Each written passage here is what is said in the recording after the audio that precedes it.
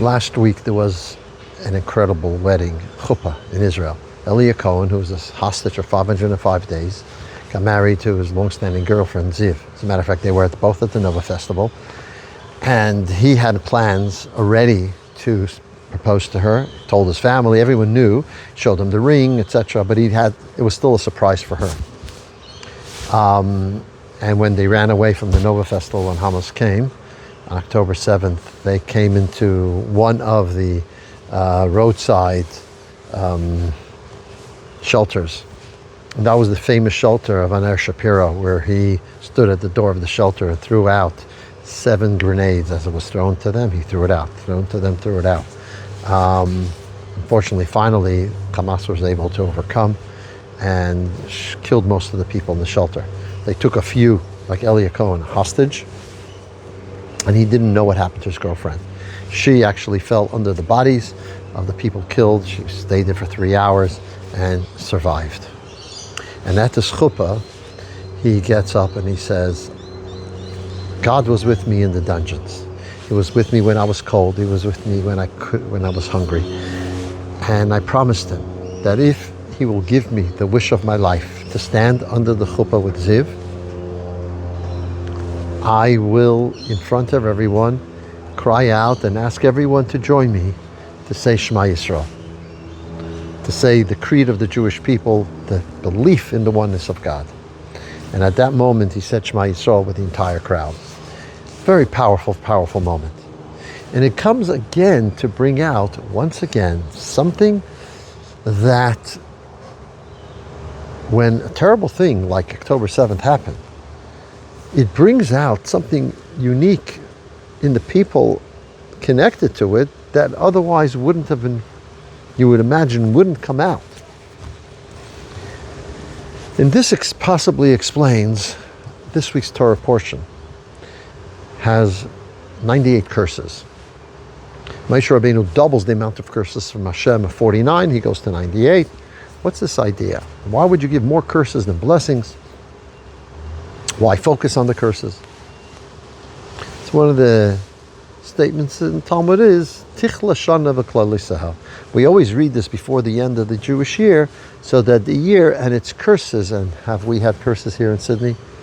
Chabad Bandai's Hanukkah event last year, of course. Losing 15 holy souls. May a year and its curses come to an end. But why would Moshe Rabbeinu, who loves the Jewish people, look to find ways to get up to twice the amount of curses that God gives? One of the hints at 98 is there's 98 times in the Torah the name of Yitzchak, our father Isaac, is mentioned. Okay, what does that say? Isaac, we know, is Gevurah, is strength, is severity. But, on the other hand, Isaac, which says that when Mashiach comes, we will say, you are our father. When the Jewish people were in Egypt, God comes to Abraham and he says, what should I do for them? What are you ready to give up from your name for the Jewish people? And he says, nothing. Same thing with Jacob. Then he comes to Isaac, and Isaac says, my name was meant to be Yitzchak. I'll make it Yitzchak, which is a difference of 210. Taking away 210, and therefore those 210 are actually the years the Jewish people sat in Egypt rather than the 400 that were meant to be there. Or, as we get closer to Mashiach, it says in the Talmud that Hashem comes to Abraham and said, what should I do with the Jewish people? They have sinned to me. Abraham said, if they've sinned, you do what you need to do. And same thing with Jacob. Isaac says, what do you mean? Your children. Now they're my children, not yours. When you took them out of Egypt and they received the Torah and they said, we will do and they will hear, you said, B'ni B'chari Yisrael, it's my children. Now all of a sudden they're only mine. And Yitzchak prays for them and brings on for them compassion. And you see Yitzchak in his own life, what he was ready to give for his own son. Remarkable. Esav lived with him.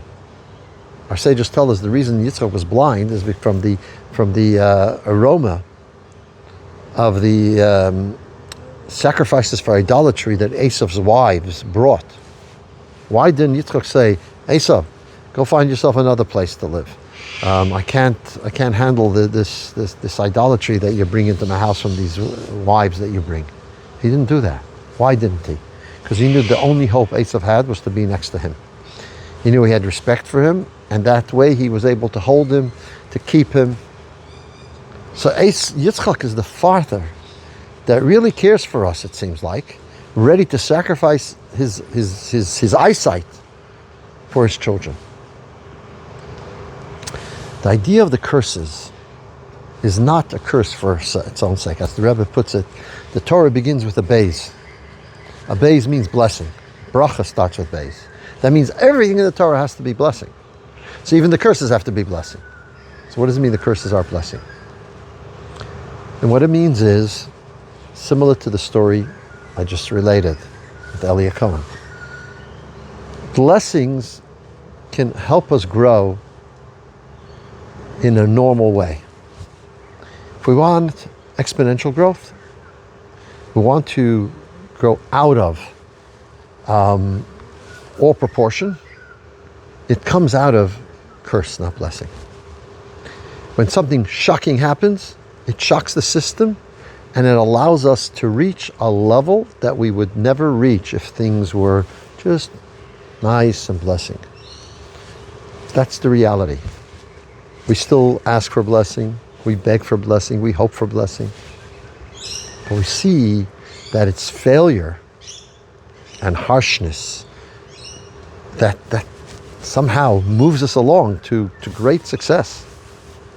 It's a remarkable thing. Think about it. There's two things about the Jewish people.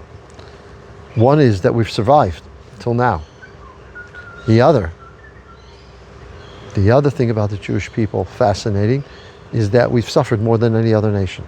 And they actually go hand in hand. The reason we've survived all this time is maybe because we've suffered. It's Hashem saying to us, I care about you. I'm not just going to let you, I'm not your uncle who's always going to be kind to you. I'm your father who sometimes has to bring you back in line.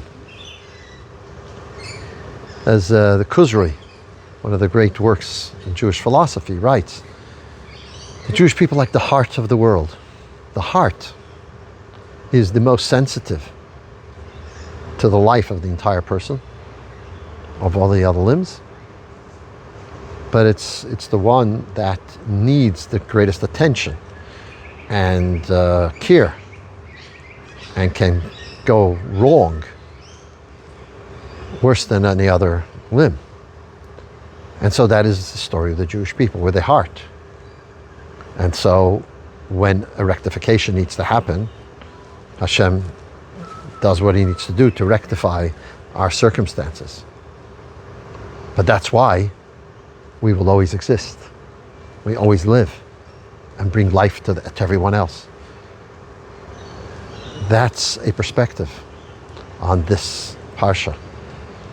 We, as I mentioned, I just said, we don't ask for curses, we ask for blessings only. And may a year and its curses be over.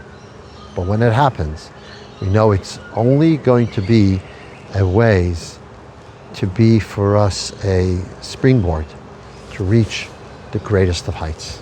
Shabbos.